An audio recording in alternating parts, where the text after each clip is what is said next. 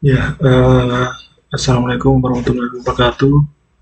Perkenalkan nama saya Widianto Triputra dengan NIM 050438084. Saya dari Prodi Sistem Informasi. Di sini saya akan mengerjakan tugas 3 pemrograman berbasis web, mata kuliah pemrograman berbasis web. Eh, di tugas ini sebenarnya secara isi tidak berbeda jauh dengan tugas 2 sebelumnya. Kita hanya untuk pindah atau migrasi dari native JavaScript ke Vue.js. Jadi kita diminta membuat view komponen dan template ini.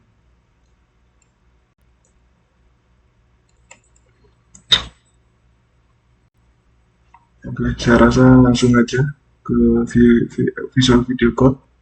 Oke, di sini terdapat struktur folder yang sudah saya buat. Di sini ada public, ada source, sampai ini. Untuk modul ini tidak termasuk ya, teman-teman. Oke, di source di sini terdapat assets dan folder image yang berisi gambar UT. Lalu ada komponen, ada my navbar di sini ya teman. Lalu ada JSON dengan isi data bahan ajar .json yang didapat dari soal dari e-learning, tinggal di download saja. Lalu di router di sini terdapat index.js. Di views di sini terdapat dashboard view, login view, stock view, tracking view, dan lalu fokus kita ada di app view ini ya. Di app view sini menggunakan router view. Ini adalah komponen yang disediakan oleh view ya. Lalu ke ini index.js. Index.js ini untuk routingnya ya teman-teman. Jadi di bagian login, dashboard, stock, tracking ini untuk berpindah menuju ke halamannya. Ini ada login view, dashboard view, stock view, tracking view dari view ini ya teman-teman, folder view. Dan ini untuk importnya karena sudah dibuatkan view-nya yang ada di view ini tadi, dashboard dan lain-lain. Oke, lalu kita coba ke login view ini. Oke, di sini elemen-elemen HTML-nya ya. Dan bagian submit prevent ini adalah untuk handle login ya. Lalu untuk mengetik email password di sini. Lalu klik prevent so forget password, yaitu untuk lupa password. Lalu submit login, dan ada klik prevent show register, yaitu untuk daftar ya, show register. Lalu untuk logiknya di sini ya teman-teman, script setup dan switch alert dan view router ini untuk library ya teman-teman. untuk menampilkan model.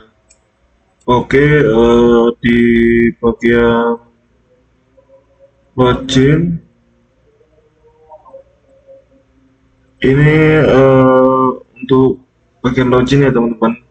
Di sini terdapat login berhasil dan selamat datang, sukses, dan lanjutkan.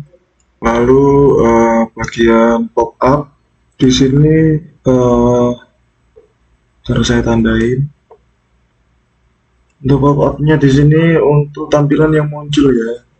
Untuk lupa password, silakan hubungi admin UT dan show register ini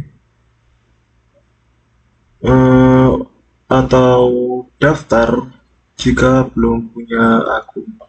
Oke, untuk router busnya ada di sebelah sini ya teman-teman, menuju ke dashboard. Oke, kita cek ke dashboard.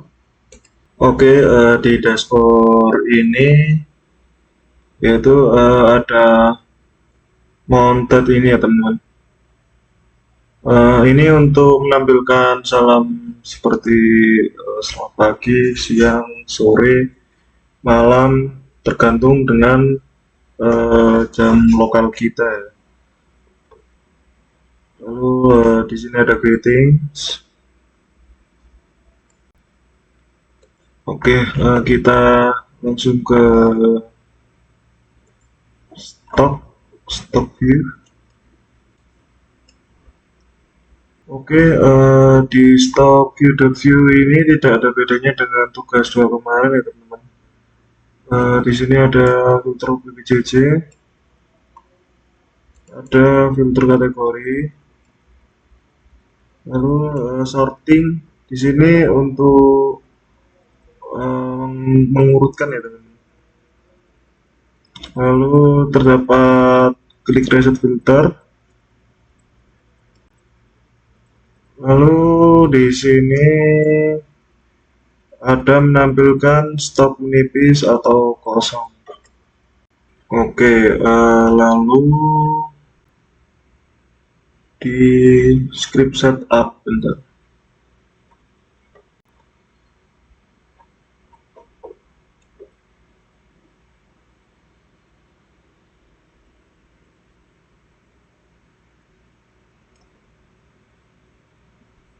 Nah ini di script setup ini ada import navbar ya teman-teman. Import my navbar .view.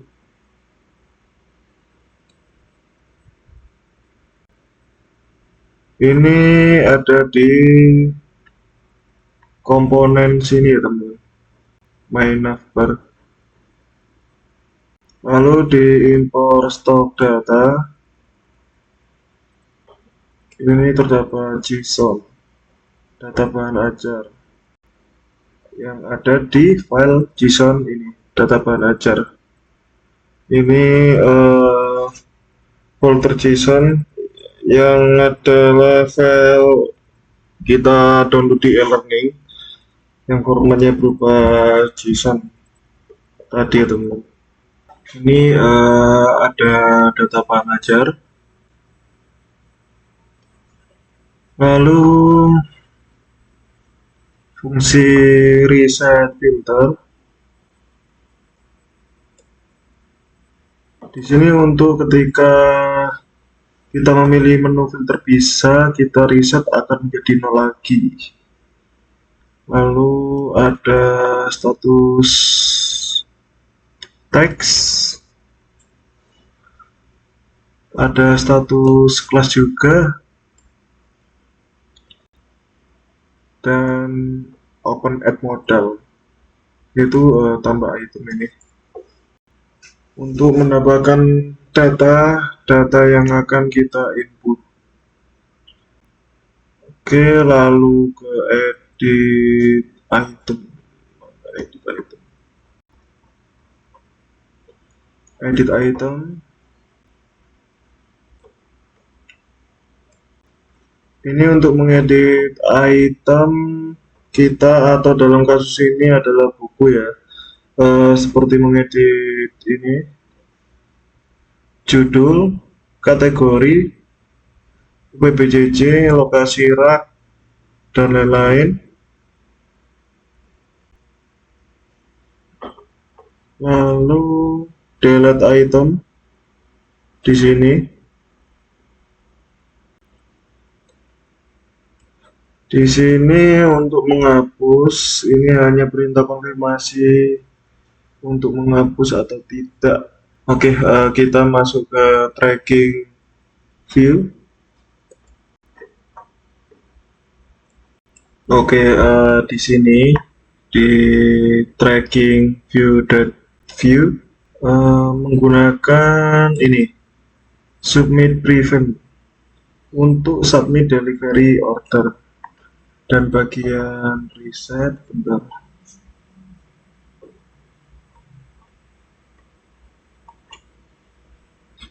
Nah, di sini bagian reset form. Ini tuh jadi ketika kita selesai men-submit item, maka formnya akan auto reset ya, dan auto increment juga. Jadi kita mensubmit sebuah produk data DO dengan nomor 1, maka ketika kita submit berikutnya, kita ingin menginput data delivery order lagi, maka auto increment jadi nomor 2 karena sebelumnya nomor 1 sudah disubmit ya. Oke, rasa-rasa langsung aja teman-teman kita jalankan. Oke, selanjutnya saya coba perlihatkan tampilannya ya. Jadi untuk cara run-nya, run. Untuk pertama kali harus diketikkan dulu npm install seperti ini teman-teman. npm install. Ini tadi saya sudah mencoba. npm install. Lalu kita, oh ya, kalau semisal npm installnya tidak bisa, coba ketikkan set execution policy scope current user execution policy, seperti ini teman-teman.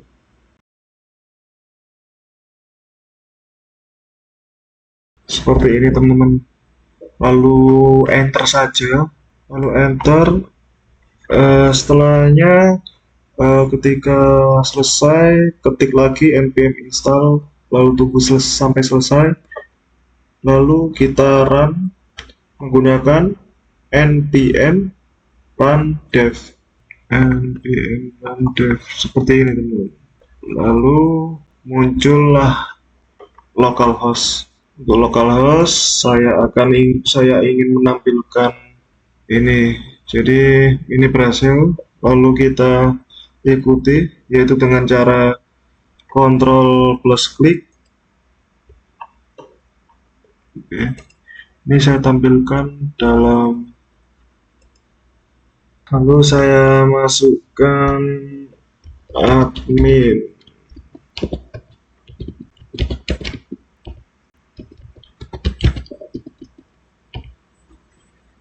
Oke, di sini terdapat login berhasil. Oke, di sini ada informasi seputar bahan ajar sama seperti kemarin ya. Ini teman-teman, jika tampilan stok menipis, nah ini terdapat menipis ada dua data. Lalu filter ini bisa digunakan ketika harus sudah memilih UPBJJ-nya. Ini coba saya pilih Surabaya, praktikum, lalu kategorinya harga, lalu di sini reset filter. Tadi nggak muncul ya. Nah ini ada dua, Jakarta, harga. Lalu di sini reset filter untuk kembali ke setelan awal. Oke, saya akan coba untuk tambah bahan ajar ya, seperti kemarin. Sebelumnya sudah pernah. Lalu di sini tambah.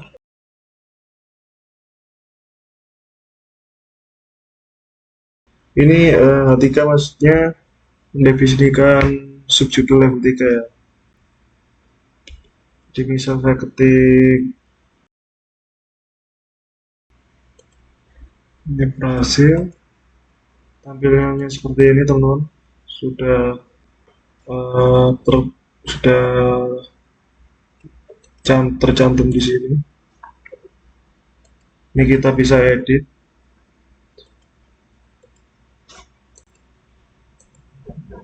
Surabaya. Oke teman-teman, tadi mohon maaf, mau sedikit ulang kembali bagian di informasi stok bahan ajar. Tadi di sini tertutup oleh record rekaman eh, wajah saya. Jadi saya mau jelasin dikit bagian status di sini. Kenapa bisa pemrograman R bercetak tebal? Di sini bisa kalian edit. Dan H3 ini maksudnya tadi subjudul yang level 3, lalu dengan bold maka itu tulisan menjadi bercetak tebal. Ini bisa kalian edit juga seperti ini. Contoh I yaitu italic akan tercetak miring seperti ini teman-teman. Oke, mungkin langsung aja ke bagian tracking pengiriman ya teman-teman. Oke, ini adalah contoh yang tadi ya, yang reset form jadi auto reset dan auto increment karena nomor DO sebelumnya adalah nomor 1. Jadi ketika kita ketik misal seperti ini teman-teman, contoh ini adalah NIM saya 05 0 ketika sorry, nama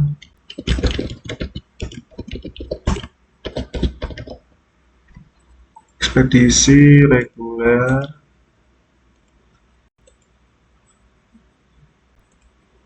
Oke, ini untuk detail isi paket yaitu IPA dengan total harga 140, kalau IPS 120.000. Ini oke, nanti ketika saya tambahkan ini, tambahkan DO baru,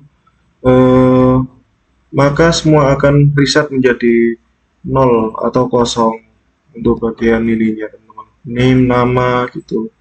Lalu untuk nomor DO-nya ini akan menjadi 3, yaitu menambah satu lagi. Karena ini 2, nanti akan menjadi 3. Oke, saya coba tambah baru. Oke, di sini datanya sudah masuk dengan nama saya. Dan untuk nomor DO-nya yaitu menjadi 3, yaitu auto increment jadi 3 dan reset form menjadi kosong teman-teman ini. Oke, saya rasa sudah cukup untuk pengerjaan tugas 3 pemrograman berbasis web ini. Kurang lebihnya saya mohon maaf bila ada salah dan kurangnya pengerjaan tugas 3 saya ini. Kalau memang ada kekeliruan atau kesalahan boleh dikomentari aja. Jadi cukup untuk saya. Terima kasih. Wassalamualaikum warahmatullahi wabarakatuh.